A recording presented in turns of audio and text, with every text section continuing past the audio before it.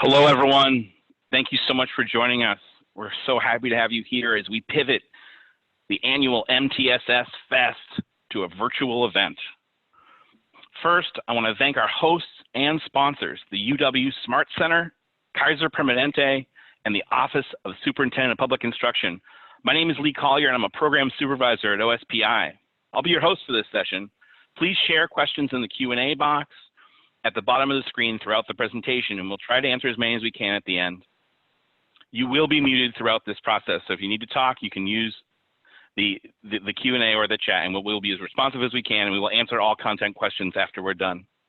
It's my honor to welcome Gail Joseph from the University of Washington. Gail's a former Head Start and ECAP teacher and the Bezos Family Foundation Distinguished Professor of Early Learning.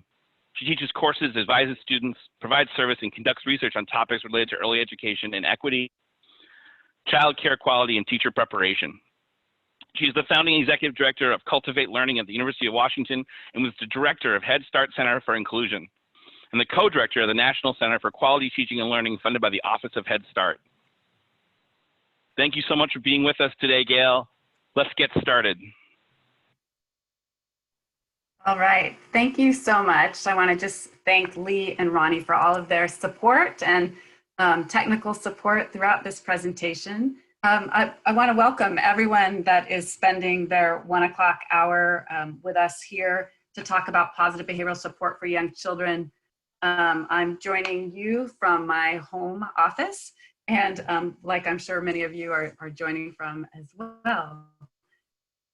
I'm going to talk about positive behavioral support for young children, and I'm going to draw a few different frameworks or draw upon a few different frameworks that are out there in the field, and I'm mostly going to social early achievers house framework, which if any of you are working with a licensed child care or a state pre-K program such as ECAP, you might already be familiar with the Early Achievers program. So I'm going to talk about both of those and weave in one wide. And if we run out of time, or if your questions don't get answered or just want more information, please feel free to reach out. I've got a lot of extra time lately and would be happy to answer any questions. So today's topics I've divided into 3 areas. So first I'm going to talk about challenging behavior and what it looks like, to remind us perhaps of what it looks like in early childhood education settings. And when I talk about early childhood, the frameworks I'm going to talk about and the practical strategies I'm going to talk about today are really useful for children anywhere from toddlers to 8 years old. Many of the examples will be a bit preschool and kindergarten centric, since that's where I've spent some of my time as a teacher. But just know that that's about the range in which we have tested these strategies out, if you will. So like I said, we're going to talk about 2 frameworks in particular that both really are relevant to positive behavioral support, the teaching pyramid and the early achievers house. And then I'm going to end with a section that I call why and how we should take it personally. And I want to say, in case anybody logs off sooner than the end and doesn't get to that part, I certainly don't mean that we should take challenging behavior personally. That's not what I mean by that. But I really mean about the extent to which our own mental health is healthy and well when we're thinking about supporting children and teachers and families. So I'm going to talk a little bit about that and some of the strategies we're using there. Hi, Gail. Yes. Can we stop it's getting a little choppy. Can we actually stop your video and continue with audio for a minute just to see if that gets better? Absolutely.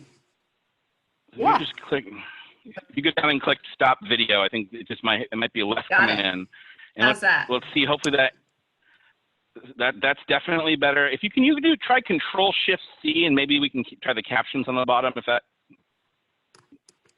if that doesn't work, I'm not going to worry too much about it. Okay.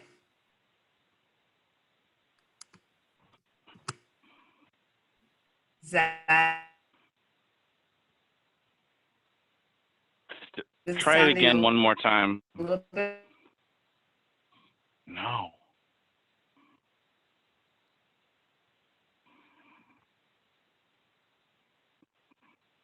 Yes, we will be giving the PowerPoint, everybody. It is available on the presentation slide. Or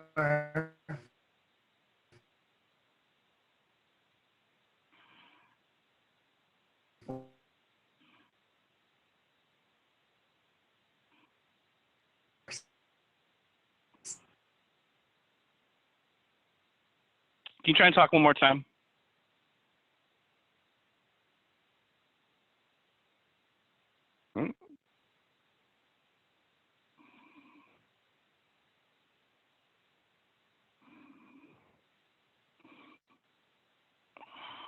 Gail, can you hear me? Oh, this isn't good. We're gonna keep trying, folks. Give us a couple minutes.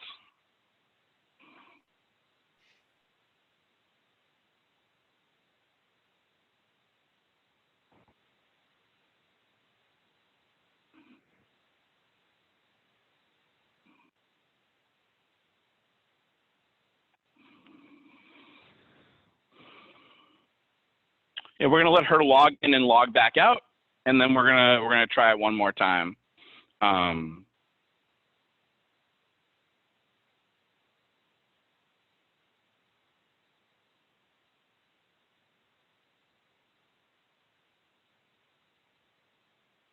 The PowerPoint's not on the OSPI page. It should be on the registration page.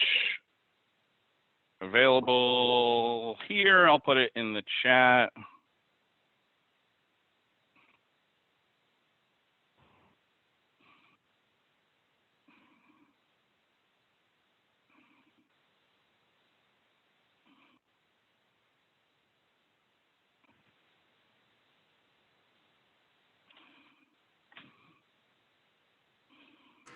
hi, it's Gail. I'm back.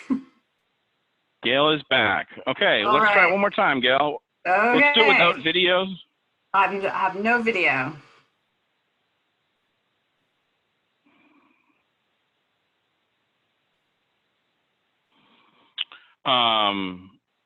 Great. Okay.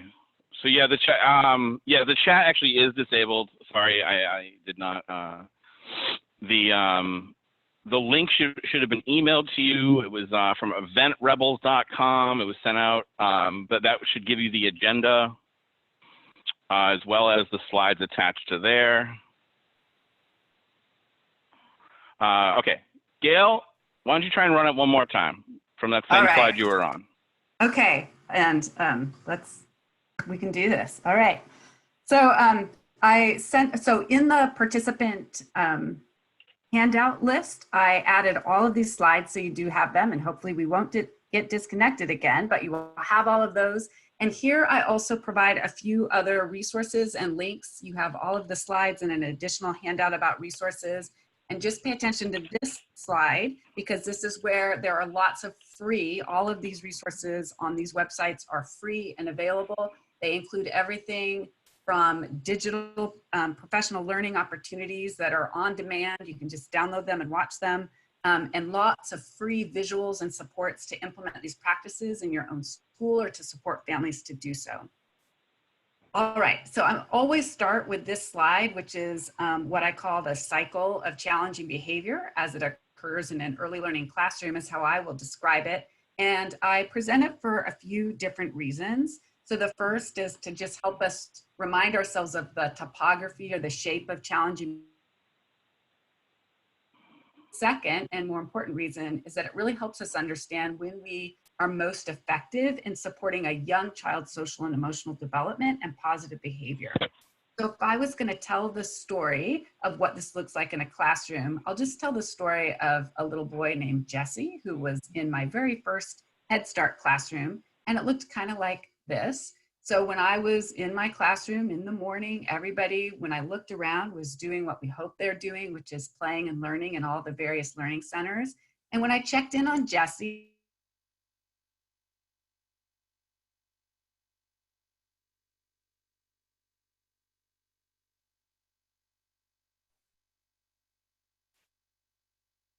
Gail, we lost your audio. a little bit more personal space being encroached upon, if you will. But when I looked over at Jesse, he was still doing a great job, really concentrating on his building. And then when we got to about here, this is when Jesse has this preschool block corner epiphany, which is that he needed just one extra block to finish off his Titanic that he was building. And it's then that he realizes another child has it.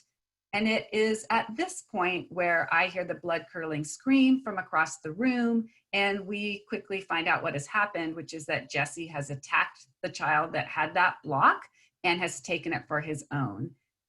This might be a familiar experience to some of you who have spent time in an early learning classroom. And it is unfortunately right at this red arrow moment, as I call it, where a lot of us as teachers or parents or anybody working with young children use some strategies. And this is where we start to try and support social emotional development. So we might say things like, Jesse, use your words. And sometimes that's followed by not those words. We might say, Jesse, we share our toys and materials. We might say, Jesse, no hitting. We might say, Jesse, say you're sorry. We might even say, Jesse, calm down. Now, if I unpack what's behind all of those little mini lessons at that moment, if we think about it, we're really asking a child to resolve problems peacefully by using their words. We want them to understand how to share their toys and materials in group settings. We want them to understand that aggression or hitting, kicking, anything like that is not okay. We want them to know how and when to use an apology, which is an important and critical repair skill. And we want them to be able to have skills that help them manage their anger and impulse in upsetting situations, or as we often say it, to calm down. So all of those skills are actually really critical and important skills we do want to support young children to learn, and that they appear in our early learning guidelines in Washington State. They appear in Head Start's early learning outcomes framework and many other curricula that are out there.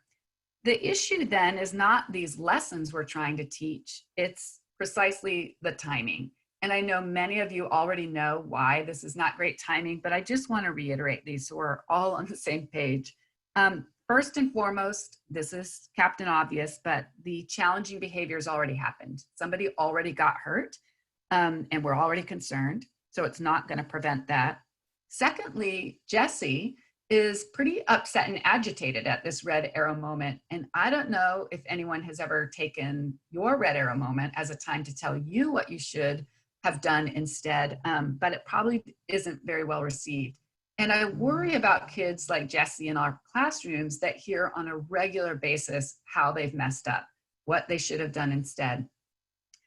And the next reason, which is really important to consider, is that all the time and attention that teachers spend or parents spend really trying to teach this social emotional lesson at this red arrow moment might actually serve to reinforce it. So we know that children are really astute behavior economists. They quickly find out in a classroom that they can try really, really hard and engage in really great behavior, and really great teachers will recognize that occasionally throughout the day, and that's wonderful. But they also quickly figure out that in many classrooms, they can go in and within the first 5 minutes, they clear a block corner or they turn over a table or they hurt someone, they get a big payoff on time and attention from somebody that's pretty important to them, whether that is a family member or a parent or a teacher or some other important adult in their life.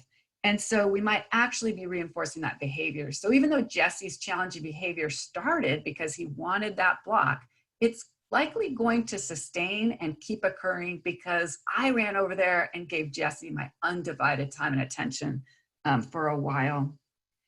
And the other important reason, and this is probably the most relevant and germane to what it is that we're going to talk about today, is that if we only wait for, what Hill Walker calls these behavioral earthquakes, if we only wait for these times to teach young children how to build their social and emotional skills, they will never have enough positive practice opportunities for us to alter their developmental trajectory. And even though I know I've been there as a teacher, it feels like these behaviors happen all the time and that you would have frequent enough occasion, but in reality, they really don't. So if red arrow moments are not right time to teach? What are the times to teach? And clearly they're down at the green arrow moments that we want to proactively teach children social and emotional skills throughout the day and throughout the year. Now, we always want to start when we're thinking about working with young children who might display behaviors we find challenging. We always start with ourselves. And one of the things we want to start with is to identify what our behavior hot buttons are. What are those behaviors, not children, but what are the behaviors that really kind of get us? And if I had you list those out, my guess is we would have things like aggression or non-compliance or looking right at me and doing what I ask them not to do, or lying behaviors, being exclusive to others, spreading, lies about other children. I mean, there's all kinds of challenging behaviors. And my guess is that we all have some that irritate us more than others. And that's important for us to understand and to be honest about. These are behaviors that I find kind of challenging. They push my behavior hot buttons. And the next thing to think about is when those behaviors occur, how does it make you feel? You're in the middle of it, it's happening, and how does it make you feel? Now, typically I would ask you to think about a word. Well, I am going to ask you to just think about a word. What is that one feeling word that comes to you in those moments? I'll share what other teachers have said. I ask teachers this on a regular basis, but I'll tell you what they say, and maybe these are things that you have felt the same way about. People talk about it makes them feel frustrated or angry. Disrespected comes up a lot. Feeling really overwhelmed in the moment when those challenging behaviors are occurring. Feeling ineffective as a teacher. Feeling concerned for yourself, for the child, for the future. And a lot of it really always comes to feeling pretty stressed out. And I just challenge us to think about, how does anyone do their job well on a regular basis if this is how they're coming to work and feeling, or how they might experience their interactions on a regular basis? And the answer to that is none of us could work well if we were feeling this way all of the time. And so I like to think about these feelings that these behaviors elicit in us as not feelings to feel badly about, but these are feelings that we should think about as warning signs. So we should think about these as, these are warning signs to us that if we let these fester, it's going to influence the way we think about the child or our situation, and that's going to influence the way we behave. And I think we could all agree that if we're feeling this way, our thoughts are going to be probably negative and not helpful. And the way we behave might not be the most supportive for a child or family in supporting positive behavior. And so what I would say is that at this moment, when we start to feel these feelings aren't bad, it's what we do with them, right? So we feel these feelings and we just want to think about it as a warning signal to ourselves to check in with how we're thinking about the situation and see if we can adjust our thinking. So I'll just give you some examples of what this might look like. So child engages in challenging behavior, I feel angry or frustrated or stressed or all those things at once. And I might, left unchecked, start thinking things like, that child's a problem, it's getting ridiculous, he'll never change. Clearly the way I'm going to behave, if that's the way I'm thinking, is not going to be the most supportive. So I want to replace that with a calming coping thought. This child's testing to see where my limits are. My job is to stay calm and help them learn better ways to behave. And I can provide a lot of examples. I'm sick of putting out fires, to, hey, I can handle this. I can work on routines and teach them more appropriate ways to behave. I wonder if Walmart is hiring, to, I feel undervalued right now. I really need to seek support, whether that's from a supervisor or another teacher, or whoever, wherever I can find it. And this is kind of the ultimate thing, the upsetting thought, he ruins everything, it's going to be the worst year of my career, to getting to this place. Having him in my class is going to be a wonderful professional development experience. And I say that because I think if we can shift our paradigm here into thinking about children who have challenging behavior as, or children who engage in behaviors that we find challenging, as thinking about these are children who have behaviors that are challenging us to grow and learn as a teacher, as a leader, as a parent support provider, as a school psychologist, however it is, whatever role you're in. The most extreme behaviors give us the most extreme opportunities to learn and to grow. And that things we try to support this child and family are probably going to help a lot of the children that we work with. And so seeing these as opportunities for growth instead of as situations that just create personal stress is one of the best things we can do to launch our approach in positive behavioral support for young children. Now, before I get into the frameworks, I want to just go over a little bit of sobering data. I'm going to put up here and I'm going to go through it really quickly. But Carolyn Webster Stratton, a renowned child psychologist who has been known for launching social emotional skill development for young children. She was probably one of the first to do that work. She published an article a very long time ago now, and I've kind of updated it with some latest statistics, but she had a paper or a scenario she called the ripple effects. And essentially down the left-hand side, we're gonna take a child from age 2 to age 7 or 8. So we have the chronological order going down the left-hand side. And this is what she calls the ripple effects. So we start with a child that has behavior problems at school, or at home. And we know from work from Richard Tremblay and others that children at about age 2 are actually incredibly physically aggressive. That's the height of physical aggression for all of humans across countries. He did a great multinational study. And for most children, that drops off when their language develops. So about 2.5 years old, we see a steep drop off in the physical aggression of most children. But for some children, that aggressive behavior, challenging behavior stays high. And that usually leads to some discipline difficulties because it's difficult to deal with high rates of challenging behavior. That can continue and exacerbate behavior problems at home. We then see behavior problems at school because most children are in some out of school time or at some out of home time at that point. Not right now, of course, but usually. And then we just see a whole onslaught of what we would call the ripple effects of this getting to be pervasive challenge behavior at home and at school. I'm going through this really quickly for our time. And it ends with, at about age 7 or 8, where we now think about this challenging behavior as being perpetually reinforced at home and at school and is now pervasive at home and school and community. And that we start to see children that have antisocial behavior and academic failure, some of the labels given in the literature, not ones I might use on a regular basis. And this has a whole bunch of other developmental sequelae, really poor outcomes, things that we wouldn't really wish on anybody. And kind of the ultimate, what we used to think of and what Carolyn Webster Stratton wrote about is kind of the ultimate school disciplinary practice was school expulsion. And when she wrote about it, that was something that was happening in 1st and 2nd grade, and it was alarming then.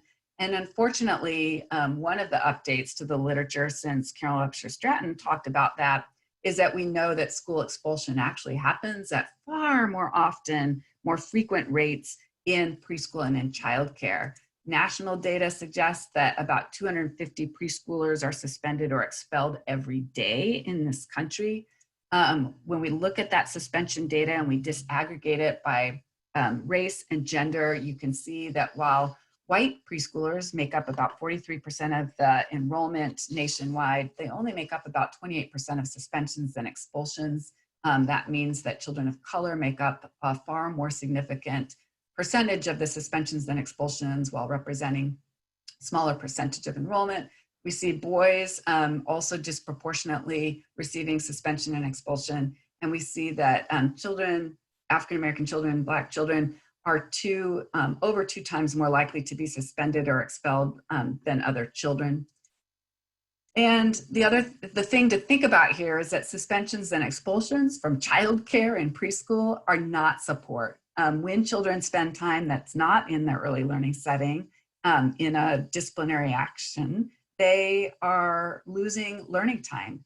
And when young children are suspended or expelled from school, they are several times more likely to experience disciplinary action later in their academic career, to drop or fail out of high school, to report feeling disconnected from school, and even later incarceration.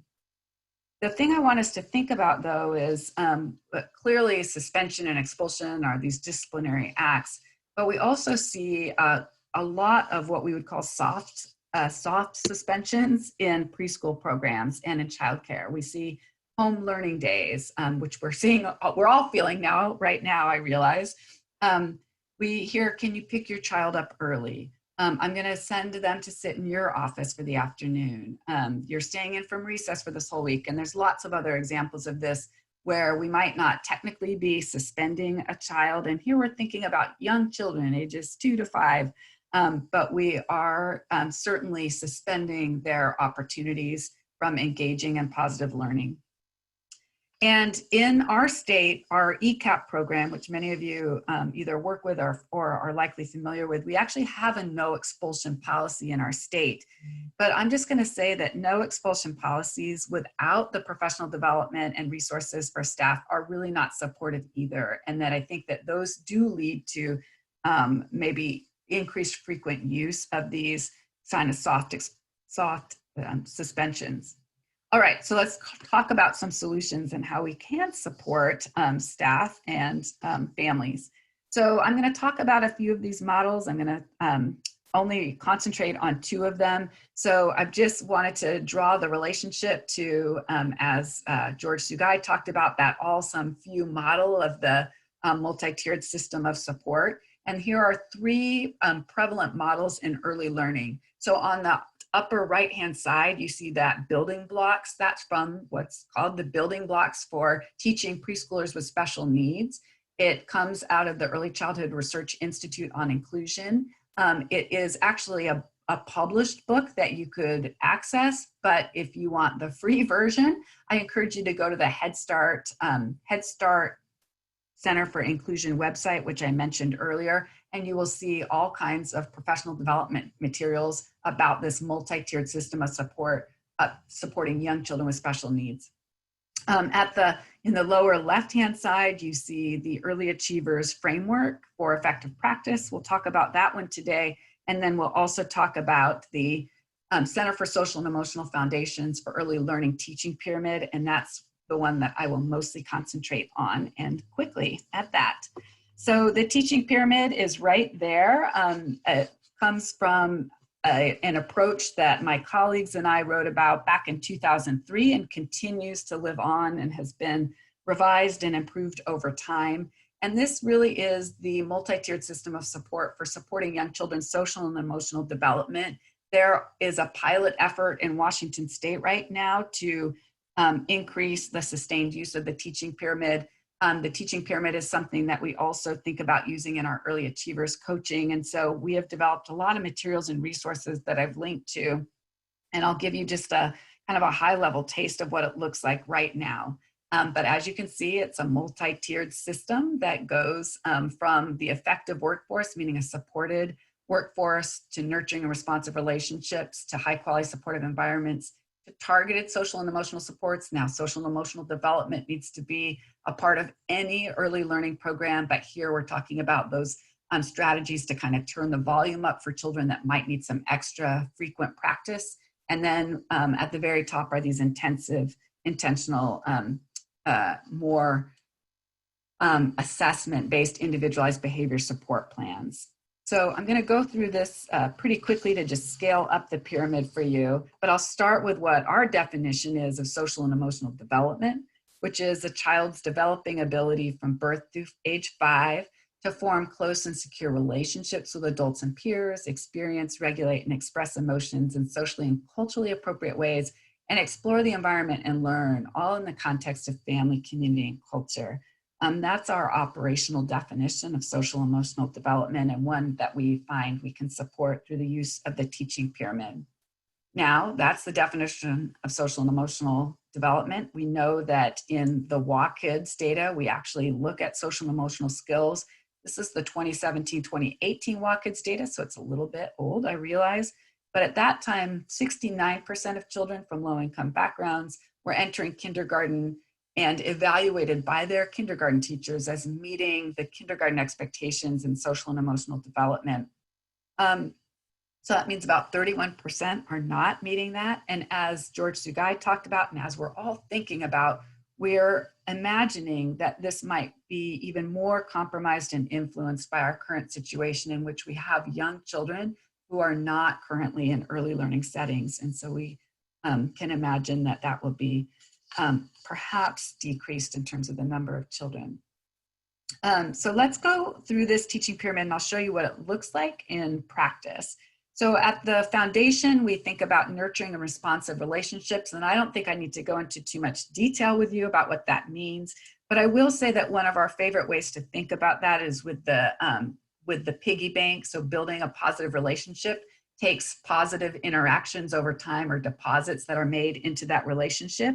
And while that sounds easy to do, it plays out more difficult when we have a child who engages in a behavior that we find challenging. So it just means we need to be more intentional, maybe even provide visual reminders to ourselves, encourage each other to make those deposits, and to realize that when we're asking children to do things that they find a little bit challenging or difficult to do, that's basically like making a withdrawal from that piggy bank. And unless we have a lot of deposits in there, we're going to start writing some bad checks pretty quickly. So it's just a reminder that we want to encourage ourselves to make those deposits as teachers, administrators to encourage teachers to do that for their children. And for right now in our current context, thinking about how can we do that for families? What are the ways we can be reaching out and making all of those little mini interactions, mini positive interactions that can keep a family's engagement and relationship with us strong, so that when we all return, which I'm hoping we do, return to school and our early learning settings as we were pre-COVID, that relationship is positive and strong and robust. And then also thinking about what are ways that we can help support families to be reminded to do that with their children as well, making those little deposits every day. The next thing I want to cover is the foundation, another part of the foundation, which is high quality supportive environments. And I'm going to tell you that we have a framework in Washington State that we get to use called the Early Achievers House. And that framework is really what we define or how we operationalize high quality early learning environments. So we can refer to the house framework to think about what those high quality early learning environments are. And for those of you who work in an ECAP program or work in a childcare program or are working to support those programs, hopefully you're aware of early achievers. And if not, you can reference the Department of Children, Youth, and Families website for a whole lot more information about that. But I'm going to say that in general, this provides us a really strong framework for having a high quality supportive environment. I'm going to say a little bit more about what we might see in a high quality early learning environment in an early learning setting, some kind of my quick checklist of things that I know support positive behavior. So the first is the presence of a predictable schedule that is available to young children in a developmentally appropriate way. And so you can see at the bottom of the screen, the first circle that has a picture of a picture schedule. That's clearly a great way to provide that developmentally appropriate predictable schedule. We want to see supportive transitions. We know that when children have challenging behavior, it's really going to come out when they have to leave something they wanted to and start doing something they might not want to do. And so having supportive transitions that help children, maybe it's blowing bubbles to motivate them to come line up. Maybe it's having circle cleanup songs. Maybe it's having circle time mats and a routine way of having children transition from circle time to choice time. I could go on, but just keep it at supportive transitions. Having some visual reminders and having a prepared and engaging environment and activities so that when children come, it looks fun and engaging.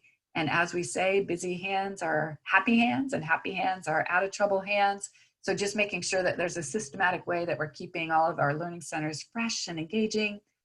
Providing behavioral expectations in advance, both verbally, but also for young children and young children with special needs, that often means visually too. So I have that picture of the bus. So the behavioral expectation is that we're going to use our walking feet to get to the bus.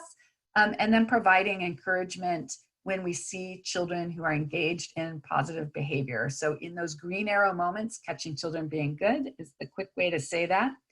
We like to hear lots of choices, real choices being provided to children in early learning settings. Do you want to sit on the green mat or the blue mat? Would you like to use a marker or a crayon to write your name? Do you want to put away the blocks or the farm animals? Do you want to do it by yourself? Do you want to do it like a team? We like to have these real choices that children can make to have control over their environment, but that keep children engaged and moving in the early learning setting. We also, like I said before, like to see lots of visual reminders of children's expected behavior. Here's just one that we love, which is the soft and loud meter. So the teacher moves it to the soft voice and the soft visual when it's time for children's voices to be low, and can move it to loud when it's time to either be loud at circle time or be loud outside. And of course, having the child that might have some difficulty managing or modulating their vocal frequency, they can be the ones that hold that visual. So that's just one of many visuals we have on some of those websites I provided. But just like we think about how can we think about building relationships in this current circumstance, I just thought I'd put a few things in about things we can help support families with right now, since their young ones are at home. So providing support for them to provide a predictable schedule is one thing I would encourage. And one of the websites I provide for you, there are free downloadable visuals. They can make their own picture schedules to keep children referencing that, or we can build one for them and provide it to them. Tips for transitions, helping support parents to help children make those transitions easily. Do you want to wash your hands in the bathroom, in the kitchen, giving those choices. And then what I like to call positive opposites and praise, which is not paying attention and telling them what you don't want them to do, but instead tell them what you do want to do and catch them doing that. So instead of don't yell, use your inside voice. And so those are just some quick tips I might be reaching out and providing for parents at this time. Now we're going to move quickly to targeted social and emotional supports. Targeted social and emotional supports includes really teaching those social and emotional skills that will help build a really positive foundation for young children in their early learning years. And here we think about doing things like increasing their emotional vocabulary. That's really the heart of what it is that we want to do for young children, is to build a very rich and robust emotional vocabulary. We want to move beyond happy, sad, and mad into lots of words that they can use to describe how they're feeling, frustrated, feeling proud, feeling great, feeling scared, feeling generous. We can go on and on. Usually I challenge people at this moment to write down 10 words they think they can teach a young child. And sometimes it's surprising that we get stuck. We can't come up with 10 words. And often when we do come up with 10 words, a lot of them tend to be negative feeling words. And part of that's because we have kind of a negative bias as humans. But it's also because I think we're used to thinking if we can tell a child, 500 ways to say they're angry, they might be less likely to hit. But the reality is that we want to teach a very robust emotional literacy that is positive and negative feeling words, and that we actually want to provide a lot of opportunities for children to experience those positive emotions. We can teach children emotional vocabularies through direct instruction. We can show them a picture. We can draw their attention to how the picture looks. We can talk about a time we might feel that way. We might ask them to make that expression. We might ask them to talk about a time that feel that way. We can also teach those emotional words through books. There are so many books that really have rich emotional words in them already. Of course, you can use any book really to probably teach the emotional state of the characters. But this might be something I also think about supporting families with too, is maybe you have a favorite list of books that really emphasize emotion words that you might want to send home or encourage families to access.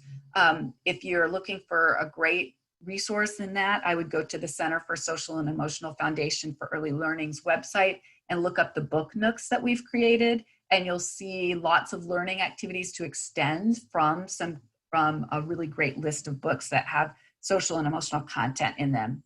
We can also encourage teachers and parents to make books of their own children that are emotion books. This is one we made in a toddler classroom where we really wanted to capitalize on those what people might call the terrible twos, those emotional swings by toddlers. And so we just took a series of pictures of these little toddlers and made their own individual books. This is My Marvelous Moods by Lulu, embarrassed, worried, excited, and the books went on and on. Those are things that parents can do at home and things we can do in the early learning classroom that really support and build that emotional vocabulary. Just like Dan Siegel says, you've got to name it to be able to tame it. And that's what we're trying to build that foundation for. We want to have a real robust use of vocabulary that we can draw upon to be able to regulate. We can, for older children, we can do word walls, literacy corners that really encourage children to write about feelings. This is one of my favorites. This is Brian, who is 4.5 years old, in one of my classrooms. And he went over to the writing center and just made his own feeling face poster. He has tense where the elbow or the shoulders are up to the ears, and lonely with a tear, and angry, great, surprised, scared, frustrated. Anyways, he did this on his own. We had lots of emotion words posted around the room and talked a lot about it. And so just having that, those words available and a writing center available, he made his own poster. But one of the things I want to just draw your attention to, I think this is always so funny. He's 4 years old, so let's remember that. So all of his faces really match. Proud is a happy face, good is a happy face, sad, he's got a frown there, embarrassed, he's got kind of a funny looking eye there, I guess, or whatever. But look at what face he drew for generous. I always think that's so funny, because if you're 4 years old and you're being told that you're generous, it's probably because you're giving something away. And that does not feel like a happy feeling to Brian and probably many other 4-year-olds. Okay, so we can do lots of things to teach emotion words, but I also want to hit emotional regulation. So in that long list of words we want to teach young children, we definitely want to teach them the word tense and stressed, because they hear it a lot. And we teach children, what does that mean? How does that feel? Children do experience a lot of tense and tenseful moments and stress in their lives, especially in group care settings. So we talk about what that feels like. Your body feels tense. Your shoulders might be up to your ears. Your jaw might get tight. Your stomach might get tight. That is feeling tense and stressed, and it is not a comfortable feeling. We don't want to feel that way. And then we introduce the opposite, which is feeling relaxed, or feeling content, or feeling calm. We're loose. Sometimes when we bring up tense, we bring in like an uncooked piece of spaghetti. It's just raw and it feels like it's going to break. But feeling relaxed is like a cooked piece of spaghetti. Your muscles are relaxed. You feel pretty chill. And don't we all want to just feel this way all the time? And so how do we help young children go from feeling tense and stressed into that relaxed? Well, first we help them identify what it feels like and label it. And then we introduce things like the relaxation thermometer, which is a really great way to use colors and words to help children identify where they are.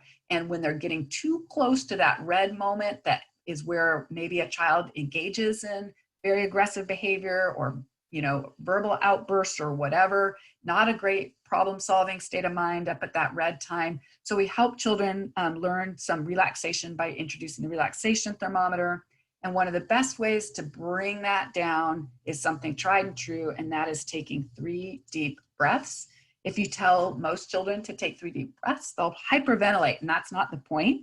We want them to really do this intentional. So we introduce smell the flowers for inhale, and blow out the candle for exhale. And the trick here, for anybody that knows a lot about breathing, is that the inhale is something that that actually activates your sympathetic nervous system, that fight or flight mode. So we don't want to inhale too long. We always want our exhale to be a lot longer, because that activates our parasympathetic nervous system, or the rest and digest system. So encourage children to take that deep breath in, but then the exhale, we want to get it longer. So maybe it's not just blowing out 1 candle, but it's 2 candles and then 3 candles, and you get the point to really make that exhale long. Children can make their own relaxation thermometers. The next thing that we teach for young children to control their anger and impulse is the turtle technique. So that starts with, if I had my video on, you'd see my puppet, but since we're not going to do the video, I'll just take you through it with pictures. So the turtle technique is something happens to the turtle and it makes him upset. So maybe somebody threw something at his head, or he got hit by something. Who wouldn't be upset by that? So he gets upset, but then he remembers his turtle secret. and he goes in his shell and he takes those 3 deep breaths, and then he comes out when he's calm. Here we have that children can make their own turtle shells. Again, we're talking about young children, make their own turtle shells. Here's a child that has their turtle shell on and is very upset. They go into their turtle shell to calm down. They take those 3 deep breaths and they come out when they are feeling better. We have had family childcare providers take this and make their own turtle shells that children can go into first to practice the skill, but then they can go there when they're feeling upset themselves. And then this can turn into those quiet corners that we encourage children to go into on their own. So they're feeling upset, and instead of actually going into a physical turtle shell, they can just go someplace to calm down and then come back and re-engage. And then we like to celebrate these. Here's a classroom that made turtle shells out of grocery bags, and they had a fun kind of turtle party. And then on the other side, you see the turtle stack that leads to turtle power. Just a fun way to reinforce when the teacher was catching children that were using that turtle technique and wanting to highlight it, reinforce it, celebrate it.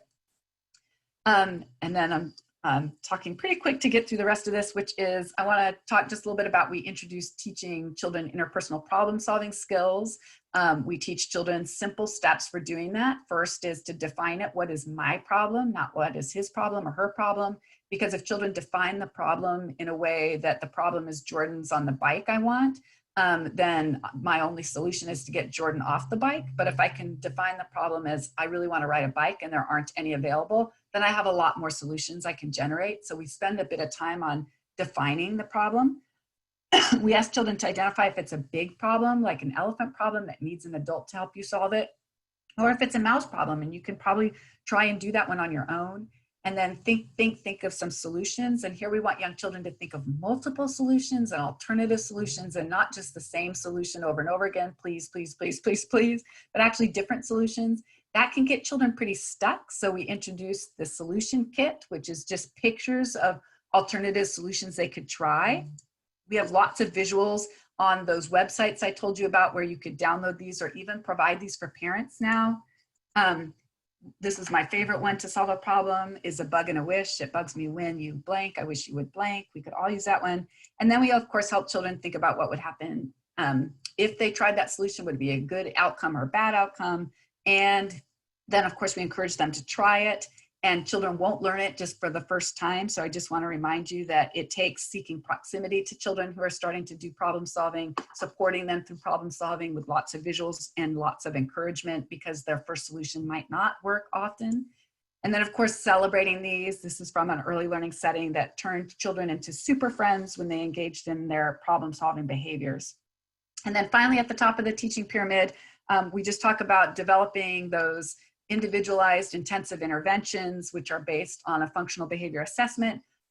We have a whole bunch of more material on that. And of course, we're running out of time. So I'm going to just refer you to an episode of what we call Teacher Time. I've sent you the link for that, as well as Circle Time Magazine. We take you through step-by-step how to develop those high intensity individualized behavior support plans based on functional behavior assessment, and understanding that all behavior is communicative and that it's working for children. And we just have to figure out how to teach them another way to get their needs met. And that those always are assessment-based, they're always team-driven. And then I just want to end here because I know I'm running out of time. And that is where I started, which was recognizing that the difference between our effective and ineffective moments working with young children is really often caused by our own social emotional health and general well-being. We couldn't know that more than we do now, the importance of really attending to our social emotional development and mental health.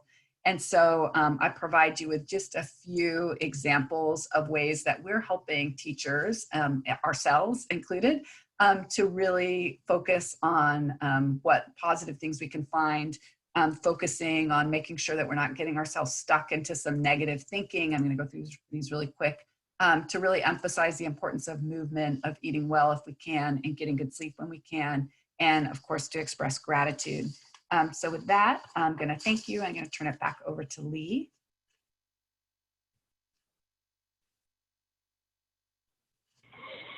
Fantastic. Thank you. We have some questions in the Q&A. We have about 11 minutes. So Gail, I'll read them off if that's easiest. But we have, so the first one is, what's the best strategy to use at red arrow moments? Okay, great. So, you know, you don't want me to say this, but the best strategy to use is to try and mitigate those red arrow moments from occurring in the first place. So we all heard about bending the curve. That's what we want to do here as well. But when we do have those red arrow moments, the thing to realize is that those are not our best teachable moments. So at that moment, we're really talking about what we would call safety net procedures, right? How do we make sure the child is safe and that others are safe as well? This is where we might use a very supported and pre-planned time out.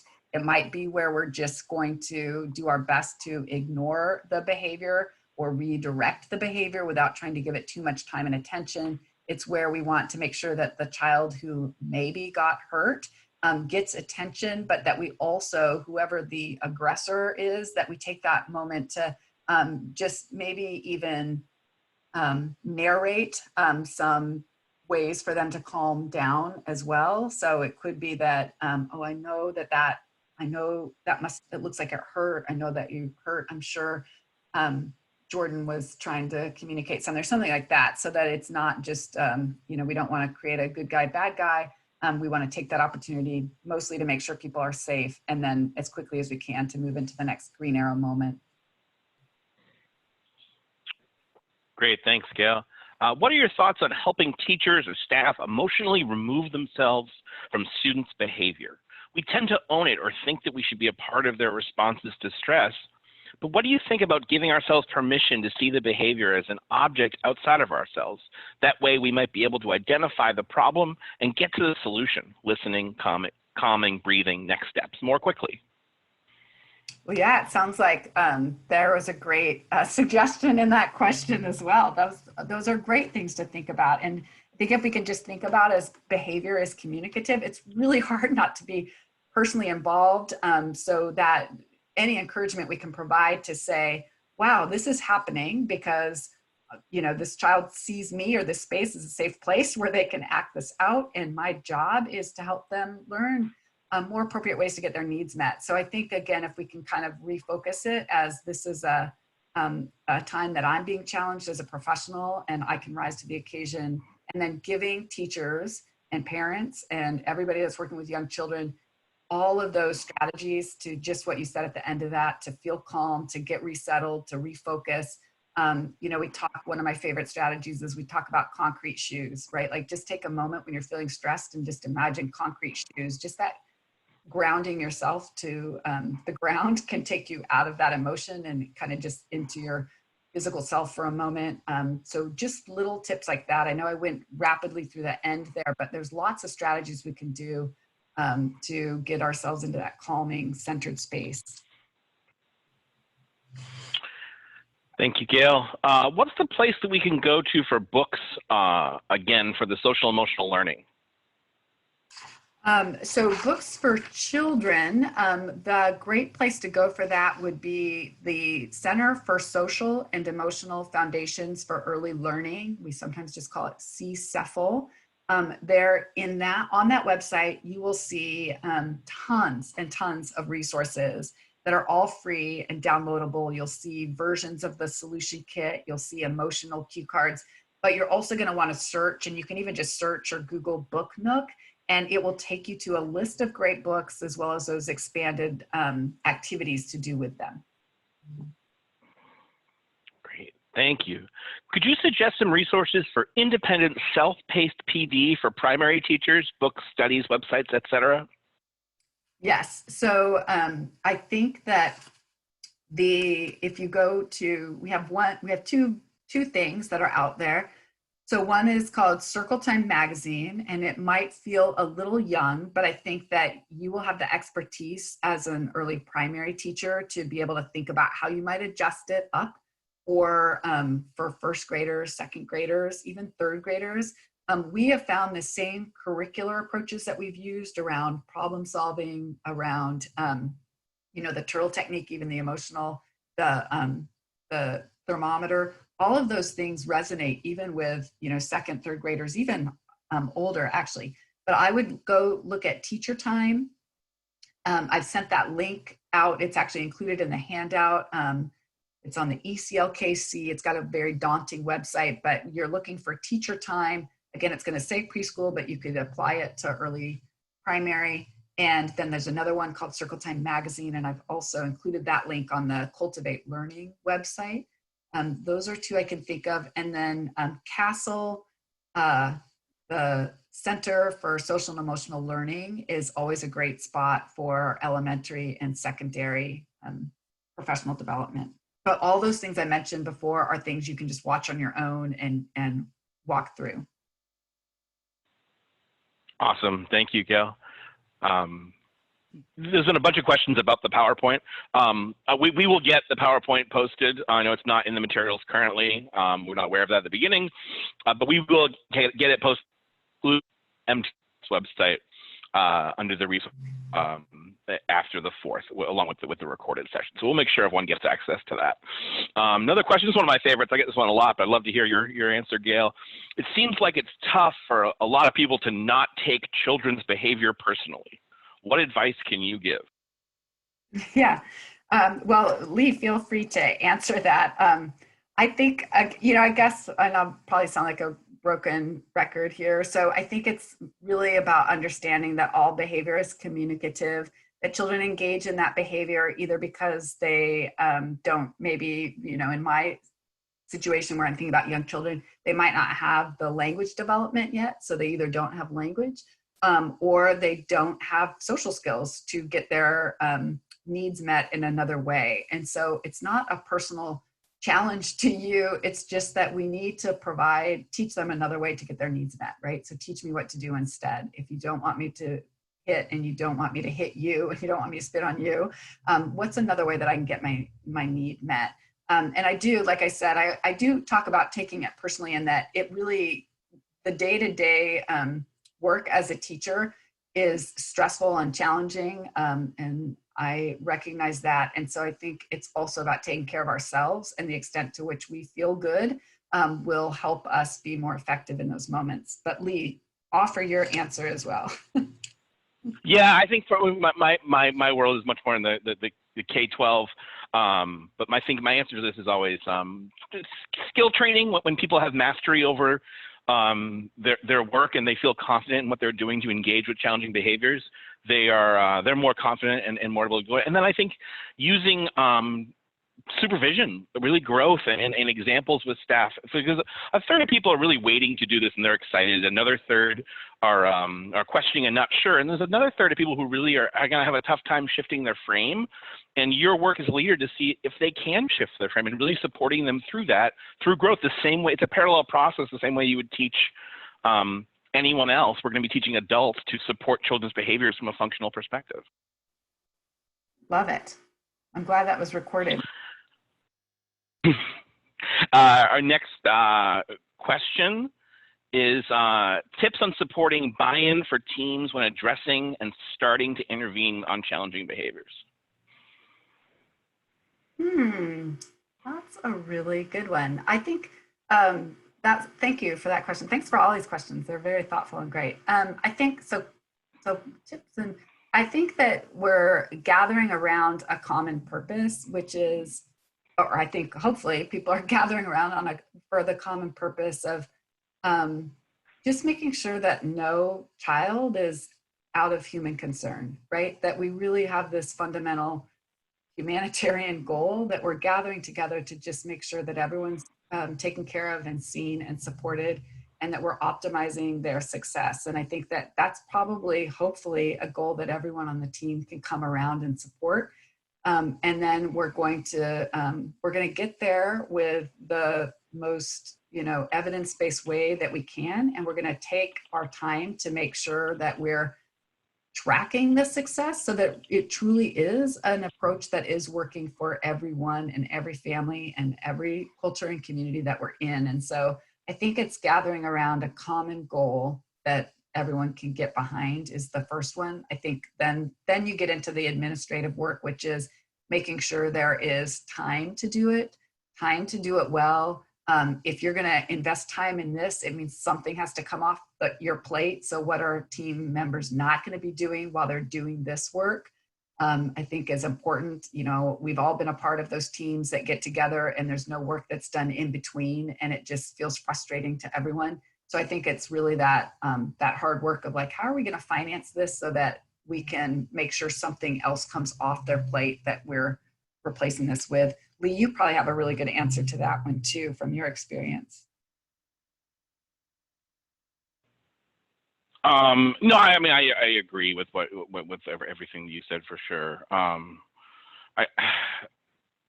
think there's an assessment of where staff are at and who's ready to sort of do this work and handle this in a different way, because the skills so many people come in with are the skills of being a parent or being parented, and sort of working through the stuff with them that was effective in there and the stuff that is not, and really looking at behavior again functionally and saying like, okay, where's this behavior coming from? How do we do it? And then really practicing with staff and getting their skill development up. And people want to be good at their jobs.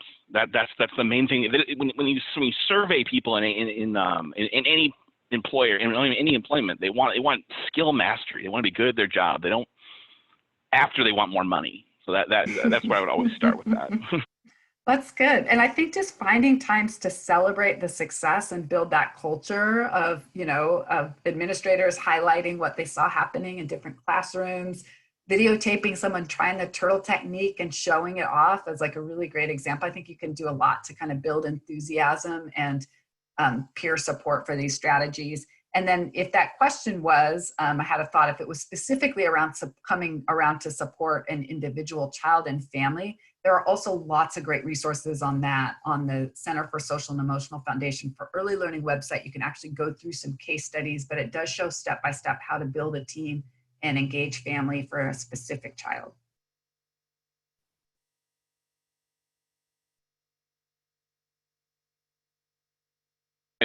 Clock hours are available on the OSPI webpage for people who need those. I guess we're actually at time, so I want to make sure to thank you so much, Gail, for your time and for helping us out with this virtual MTSS test. I just want to say that your audio was great after we restarted, so things really started cruising from there. And thank you everyone again for participating in this with us and being here today for this sort of pivot to virtual learning. And we're really excited to continue planning this event for next year that will hopefully be live with people so we can all engage together. And if not, we'll be prepared to pivot again if we need to. But presentation materials, again, will be uploaded to the website. All questions should go to sissel@k12.wa.us. It's right there. Thank you so much, everyone, for your time.